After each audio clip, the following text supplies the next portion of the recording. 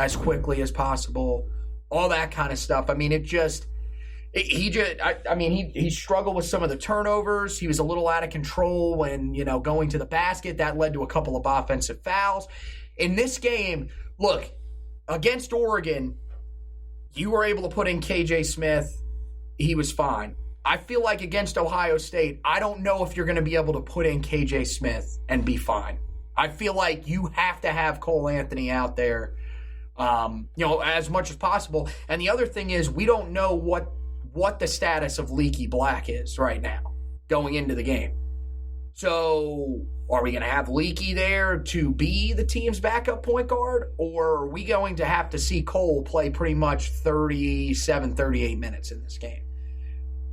And that's the thing. If you got 3 or 4 fouls, you're not going to be able to do that. If you have 7 or 8 turnovers, they're not going to want to leave you in the game. So he's got to play a little more under control. And look, I'm not saying that, okay, this kid's a bust or whatever. It happens to all freshmen where you just try to do a little bit too much, especially for a guy that saw the first 3 games of the year. If I'm not scoring, this team's not scoring. So, I understand. It's just I want to see him in this game settle it down a little bit. I think Brandon Robinson being out there will help him a little bit. And just take care of the basketball like you said. Our big men have to do the same thing. Same thing with Armando and Garrison. Take care of the ball.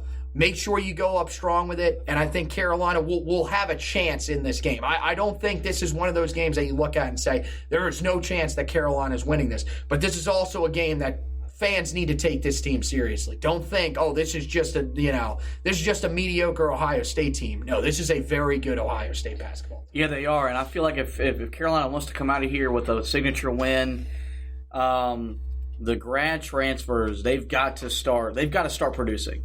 You've played 7 games.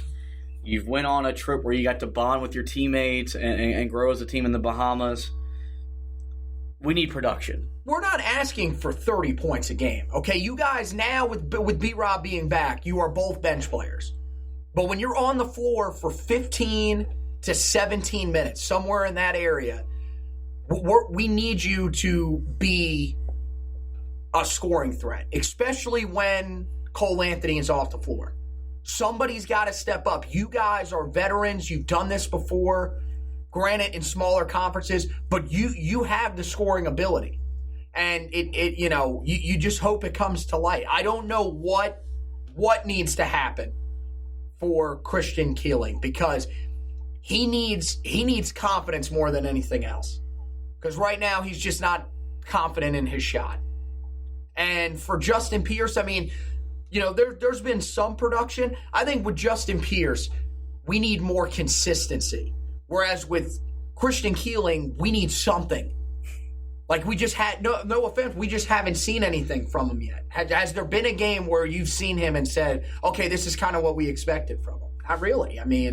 Not that I've seen. Whereas with Justin Pierce, we saw that against Wilmington. We've seen it at other times. He showed it a little bit against Oregon, knocking down a 3, then later coming down and knocking down a shot inside. So we've seen some moments. We just need more consistency from him. Keeling just, also just has to step up. But yeah, I think they're gonna play a big factor in this game. And I think also, not even just them, but also the bench. You need guys to step up on your bench and play significant minutes. Come in and be successful. You've got to have a guy like Andrew Platek.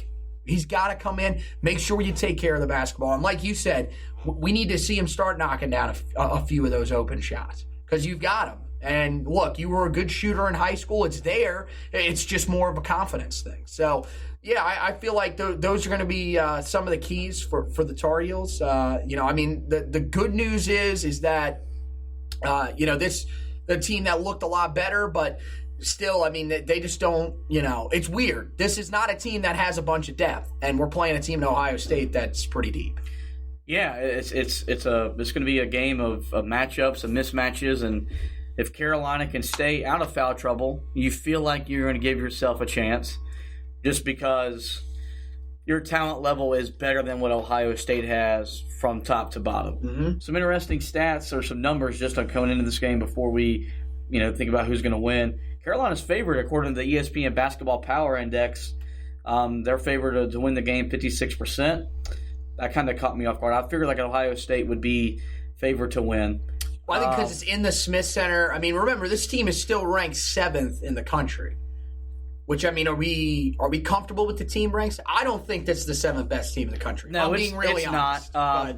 I don't pay a whole lot of attention to the rankings anyway. They're irrelevant in college basketball. Oh, really? How would you say that they're irrelevant? Is it maybe because Michigan went from unranked to number 4 in the country after a week in the Bahamas? That definitely backs up that argument. I follow because my little brother loves to ask me about the rankings. I'm not one that kind of gets into all that. Average height of Ohio State, 6'5". The average height of Carolina, 6'6". Although it's an inch, you've got the height advantage. Average years experience on the roster, Ohio State's 1.4. Carolina's is 1.6. So kind of even in height, even in experience. Game probably comes down to coaching. You got a 3-time national champion Hall of Famer on one sideline. Chris Holtmann is a very, very good coach. A phenomenal he has done coach. a phenomenal job at Ohio State. But sorry, bro. But, for those of you that don't know, this podcast, well, it's named after the head coach of the Tar Heels, Roy Williams. Probably going to trust him to make the right adjustments in the game. Maybe. Just maybe. Maybe call a timeout. No. See, when Roy calls timeouts, we know we're in trouble. But we get overly concerned when Roy I don't like calling timeouts. I don't believe in it. I don't think you should be allowed to have timeouts. You get 8 free ones a game when they go to the TV timeout. So if you can't I'm not going to go with that, but if you can't get your message across in those 8 timeouts, probably shouldn't be coaching. But that's how I feel. Oof. But that's why I think Carolina's going to win. I feel bad for your son's little league basketball team when they're younger. Pee Wee basketball. We can give up 80 straight. I won't call a timeout. So, but ultimately, I think Carolina wins tomorrow. I think they build off what they got confidence-wise in Oregon. I don't think they're going to break 80 points. I don't think they're going to shoot better than 50% to keep those streaks going, which aren't good streaks for Carolina, as they failed to score 80 or more in a game since in 7 straight games, longest since 1980. Haven't shot 50% or better in 7 straight games to start a year, worse since 1959. You just love bringing those stats out, right? 'Cause you love that you can actually remember those stats, so you want to just keep bringing them out. That's great stuff. I did my homework. I did my preparation. There it is. I did not, apparently. I think both of those continue, but I think Carolina gets to 7-1. And will feel a little bit confident when they get ready to go to Charlottesville later this weekend. This is a game that will be in the 60s. This is not a game that's going to be high scoring at all. If you like high scoring basketball, this is not the game for you. I feel because it's in the Smith Center, the Tar Heels will come in and win. I feel like they will, like you said, they'll be able to build off of what they did against Oregon. I feel like they're going to be a much more confident basketball team, knowing that you beat a team in Oregon that is that is a legit contender to make the Elite Eight Final Four. That's a really good basketball team. So, even if some people are saying, we don't really know how good Oregon is. You don't listen to that. Just focus on what you've done. You took a big step yourself down in the Bahamas, and I think look, if they go back to the game plan that's been working for them so successfully when they've won games, which is to go inside and finish at the rim when they have the opportunities, I think this team will be able to pull out the victory. I think it's going to be a close one. I think it's probably like a 3 or 4 point game, goes right down to the end. Another one of those ACC Big Ten Challenge games that is just a classic. But I think Carolina pulls it out. I think there's just, like you said, there's a little more talent on this roster. I think Cole Anthony might, this feels like a game where he could step up and really play as well as he's played maybe all year outside of that Notre Dame game, because I don't know if that's going to get much better than that Notre Dame game. And then I feel like Armando Bacot too will come in and have himself a nice game. I like the matchup against Wesson because he's a little bit smaller.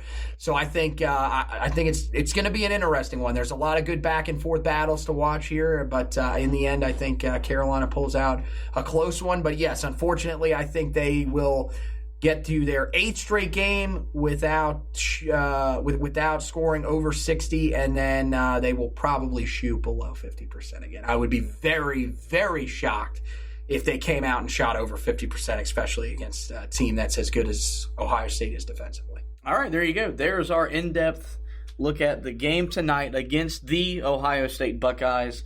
Number 6 versus number 7, ACC Big Ten Challenge. Tip time, 9:30 on ESPN. That's how you know it's a big-time game in college basketball when you're tipping off, not only at 9 o'clock, but 9:30. Going to be a lot of tired Tar Heel fans dragging our butts into work Thursday morning, but I guess when you love Carolina basketball, you suffer the loss of sleep, and if we lose, then I won't sleep regardless. So make sure you check out all the content we have on HeelToughBlog.com. A lot of stuff going on the site with Carolina football, getting ready for a bowl game. A lot of ACC or the all ACC teams being released, so check out and see where some of the Tar Heels landed on that list. Hopefully Anthony wrote an article about that. If not, well, I just gave him an assignment. Writing it as we speak. And then for Carolina basketball, well, we got you covered. We're back from our little holiday break with Thanksgiving. Got the preview. We'll have the recap up on the site. So make sure you check out all the great things we have going on at HeelToughBlog.com. Want to encourage you guys to subscribe to the podcast through all your podcast platforms. We're everywhere you want to find a podcast. The Roy's Boys Podcast is there. Give us a like, give us a review. We'll greatly appreciate that. I want to thank you guys for listening. And as always, go Tar Heels.